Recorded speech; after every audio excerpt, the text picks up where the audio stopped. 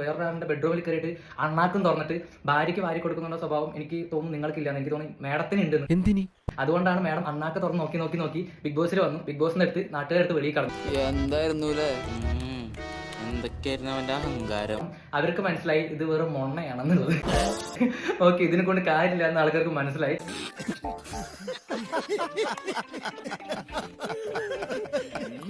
ഇവന്റെ കുടുംബം കലങ്ങി കൂത്തുവാളെടുത്ത് പണോറടങ്ങുന്നവരെ ഇവൾ ഒരു വാരിയും കൊടുക്കും. ഈ സാധനം ഇതിന്റെ ഫാമിലി നിങ്ങൾ എവിടെയും കണ്ടിട്ടുണ്ടോ? എനിക്ക് തോന്നുന്നത് ഇതിന്റെ സ്വഭാവം കാരണം കൊണ്ട് ഇതിന് ഒഴിവാക്കി പോയിട്ടുണ്ടാവും. ഇങ്ങനെയുള്ള സാധനത്തിനെ കുടുംബത്തിലല്ല, ഒരു 3-4 വീടിന്റെ അപ്പുറത്ത് കേട്ടാൻ കൂടില്ല.